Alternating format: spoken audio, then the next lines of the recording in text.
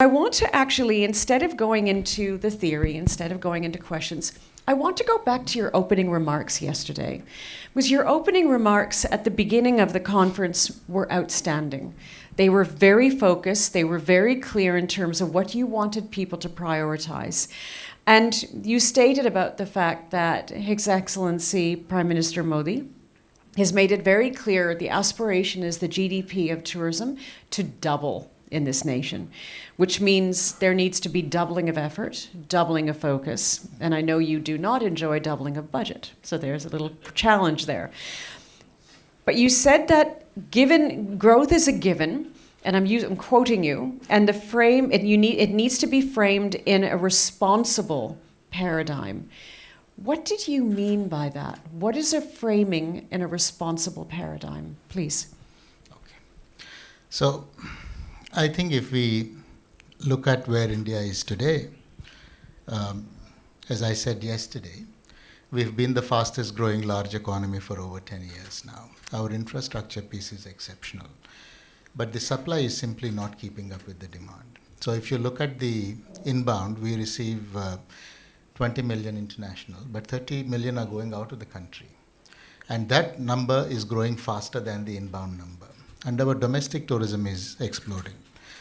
And what it is actually creating is that domestic is elbowing out international tourists. Because, and it's a fact of life. Because if I'm an international traveler, I'm going to be looking at India and several other countries as my option. So if you are going to be priced highly, I think there is going to be a problem. And that is the problem that we are facing today.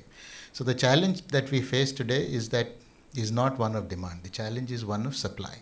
And I think if we have to double our GDP from 5 to 10%, that is where we need to work. Because you need to get more hotels, and there are reasons why that is not happening. And most of those friends who have come from states are aware of that.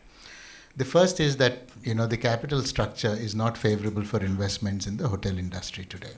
Because today, loans that are given to hoteliers are placed under the real estate category, which essentially means that the repayment period is about 8 to 9 years, and the interest rate is about 3%, 2 to 3% higher than the infrastructure. And whatever it is that you do with a hotel, you're not going to be able to, service that debt. So your debt service coverage ratio is not something that works well for you. So essentially what we need to do is that we have to move it into the infrastructure framework, because that is the only way, if you enable it.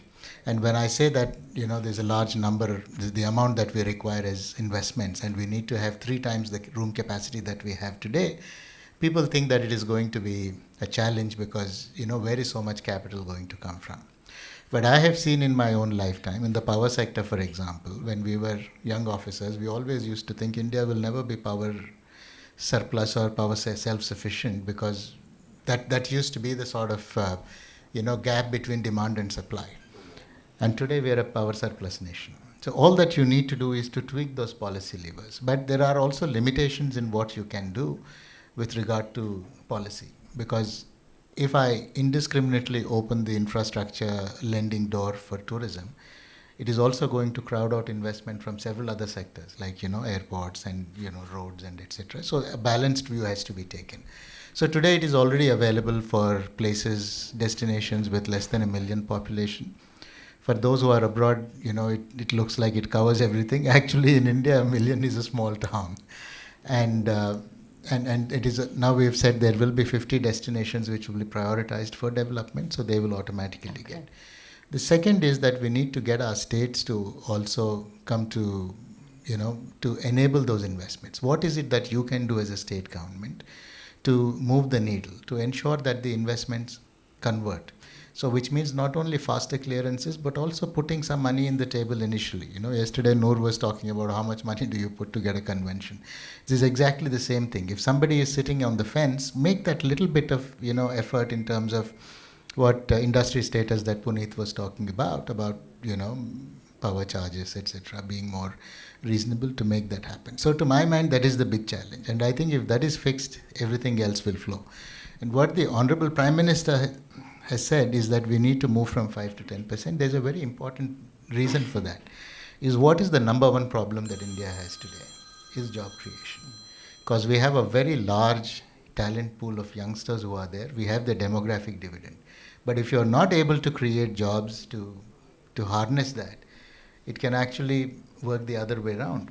And which is why the Prime Minister is very acutely aware, and he says that we need to move this needle from 5 to 10%, and he says that we have to do that in 10 years' time. So in any other country, when you're making an investment, what is the first challenge that you will face? Is, do you have the requisite demand? Yes. In India, demand already exists. So the only thing is about how do we create a framework to make that happen. On government budgets, see, that is short-term and tactical, because, it is not to say that all budgets are.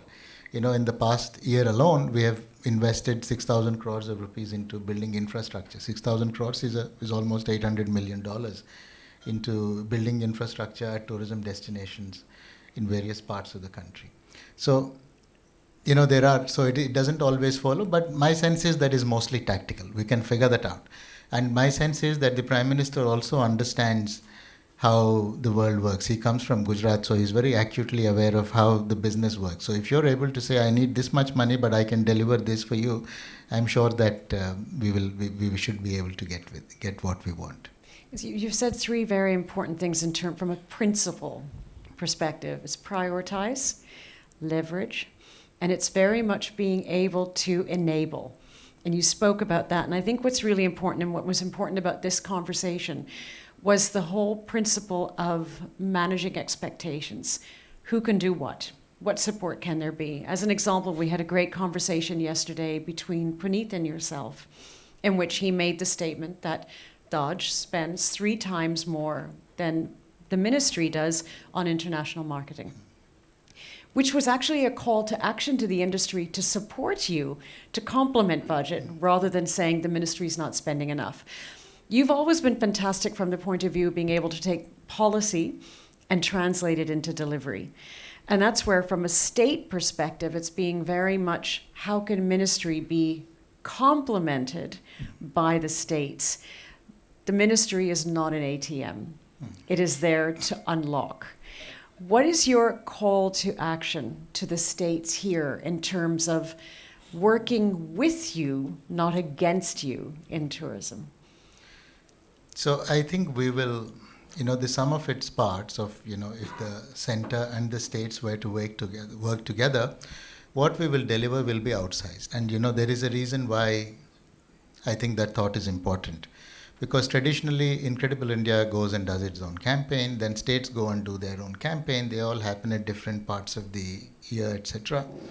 So there is no concerted India storyline that is going out. What is the message that you want to push? So to my mind, the most important thing that we need to bring is convergence. That how do we plan together as one entity? And then we say that this is what Incredible India is trying to do, and how is it that Kerala or Madhya Pradesh or any other state can take advantage of that and also coordinate their campaign in such a way so that when we raise the level of interest, we are also moving it towards conversion. And I think the third important leg of this is also going to be the industry, because we want the industry also to sort of plan how they want to capitalize on that. So the new plan that we are working for the next year is essentially about bringing these 3 elements together, the center, the state, and the industry. We're also looking at how to harness the power of social media, because there are already several voices which are speaking about India, and what they say actually works for us. The challenge is how do we amplify that voice, not just about raising my voice to drown those, but also amplifying those voices so that it works for you. And the third is how do we work with in joint promotions, beyond the usual suspects like the tourism board and the hotels, etc. Perhaps we need to look at things like maybe Tata Tea, who have this tea plantation and this tea estate kind of things, with Fab India, maybe Royal Enfield. So those are areas that we need to work with. And I think we're creating a framework on how the states, the Government of India, and the industry can work together to do. So the challenge about budgets is short term, and I think that is not something that is anybody within this room will be able to resolve that. But I'm hopeful that next year we should be in a good space. Indeed, and I think what you make is important, though, because the budget issue needs to be put aside, because there will always be budget complaints in every government around the world. What can we do to complement that? And so I want to talk quickly about 2 things that are vital, and I know are very close to your heart. The first one is a word that I dislike enormously, not because of what it means, but because of how it's used, and it's sustainability. And you speak equally very much about this is beyond the color green. We need to understand what sustainability truly means when it comes to tourism. How do you define sustainability? So I think that is really the heart of whatever India has to do. We have to do that not because we need to comply for the sake of the world, but I think otherwise we will not be able to go forward. And the reason why I say this is when I worked at Kerala Tourism 20 years ago, and even subsequently, this responsible tourism was only being spoken about then. But one of the things that I realized was that if we don't get ourselves onto responsible tourism, we are going to get into a problem because Kerala is thickly populated. It's a place where people are very aware of their rights. So if you have a hotel and if that the whatever good is not coming into the community, it is not going to be sustainable. And which is why Kerala has done exceptionally well. And we have not invented responsible tourism, but I think perhaps the best example of responsible tourism in the world today is Kerala.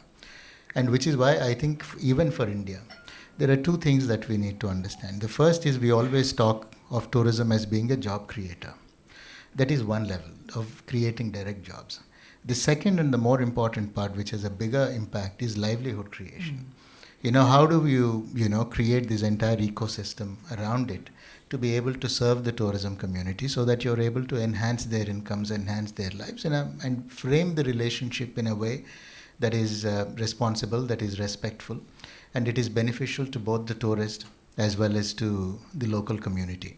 And to my mind, I think when the Honorable Prime Minister speaks about job creation and employment generation potential, he is also speaking about livelihood creation. And in tourism, if I have to only fix myself to direct job creation, I'm only going to be able to do so much.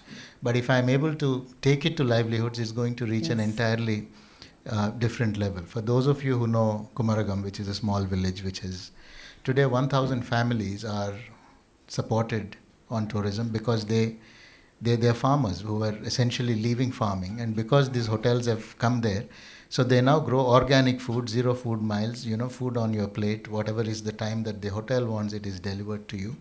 So there are 1,000 families who are supported on that. And there are various others, which is not essentially about creating world-class things, but how do you project what is already there, what is intrinsically local, in a very nice aesthetic way to the tourist who comes, and that adds to the depth of the experience.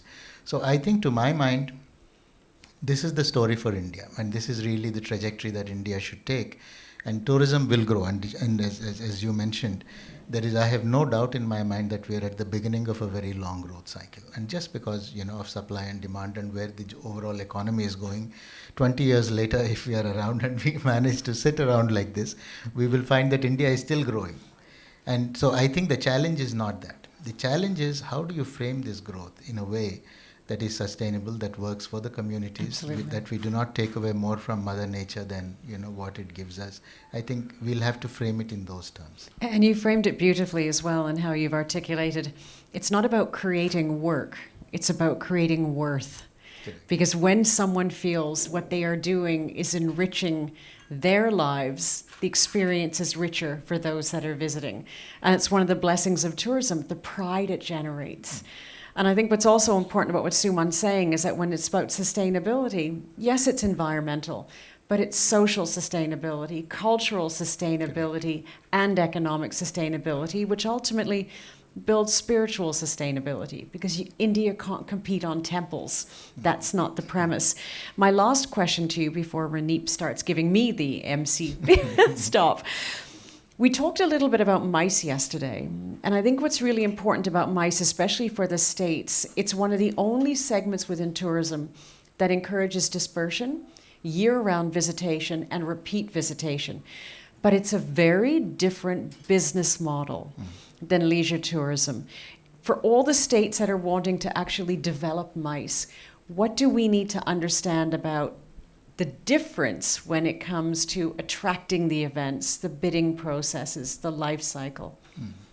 So I fully agree that the framework for MICE is very different. And I think we need to, what is the problem with India? The problem with India is not that we do not have facilities. 10 years ago, we did not have the infrastructure. Today, you have the infrastructure, and we've done the G20, which is exceptional, and which has shown the capability that we have. The challenge that we have is we are not structurally ready for MICE. Because all across the world, how does MICE work? You have a city convention promotion bureau, whether it is Melbourne or, our friend Noor will also tell us about how they do. And it is their competitiveness. How do you galvanize the city and how do you get the city to start rolling? In India, except for Hyderabad and now Mumbai, there is no other city which has a city MICE convention promotion bureau. So which means that nobody is putting that, thinking hat on how to do these MICE events. The problem with that is that today it has become the PCO's problem. If I'm the guy who's gone to get a conference, then I have to run around to the hotels, I have to go to the florist, to go to here and there, to the government, and everybody treats it as if it is my business and not their business. And which is why I think if you have to be truly competitive, you need to get everybody around the table, and we need to see the value of what it can do for all of us together. And for that, I think it's very essential that we have a MICE Convention Promotion Bureau for every city. So the framework that we have done, we have an India Convention Promotion Bureau. The problem with that is at the national level, it is everything, yet it is nothing. Because it's an association which is operating at 36,000 feet above the ground. So but I don't mean it, pejoratively, because I was chairman of that organization for 5 years. So you take responsibility for it. No, I'm saying structurally it is like that. At the India level, what does it mean to do something like that? I need work to happen. I need people in Hyderabad to come around and say, these are the 15 hotels. Let's bid this together. This is my price. This is your rate. Because all across the world, you would know better than me, there are ways in which they are also incentivized. I bring down the cost for the organizer, but I make up the cost through, the delegates who come. So we have not even come to, even playing that. So the structure that we are going to put from the coming year, when I say not this year, our year starts from April, is from April to March, is that we are going to put a corpus. And we are going to say that we will support the states to bid for MICE. But what we want is that you need to have a city convention promotion bureau as a prerequisite. They need to come and say that this is what we want to bid for, and we want the state government to say, okay, we want to support this with this much, and then we will match it dollar to dollar. So this is, to my mind, probably the most effective way to have the institutional build-up as well as to get the state governments to own upon it. Brilliant. And I think it's important, though, to your point, it's a model that needs to be understood, because when you bring all those stakeholders together, they're not only learning the benefits, they're committing to the responsibility they have on delivering that. So my very last question for you, and I'm going to give you a 30-second answer. Hypothetically, I was going to say Vikram. I'm not going to say Vikram. Today is not the Vikram show. I got such trouble last night because of you. So Sanjeet is taking over your job tomorrow. He's now the Director General. You're swapping roles. Based on working with all the different states, based on working with the ministry, what is the number one piece of advice you would give Sanjeet in taking over your job?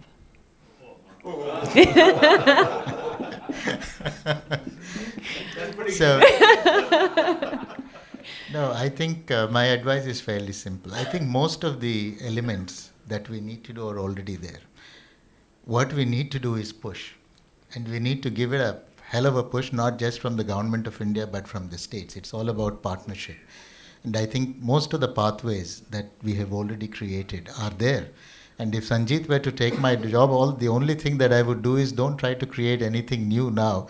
Let's just capitalize on what we have done. And then there will be a time 3 years down the line when we will figure out what we need to do next. Bravo. So ladies and gentlemen, dear friends, Suman was with us all day yesterday. He has brought us all together.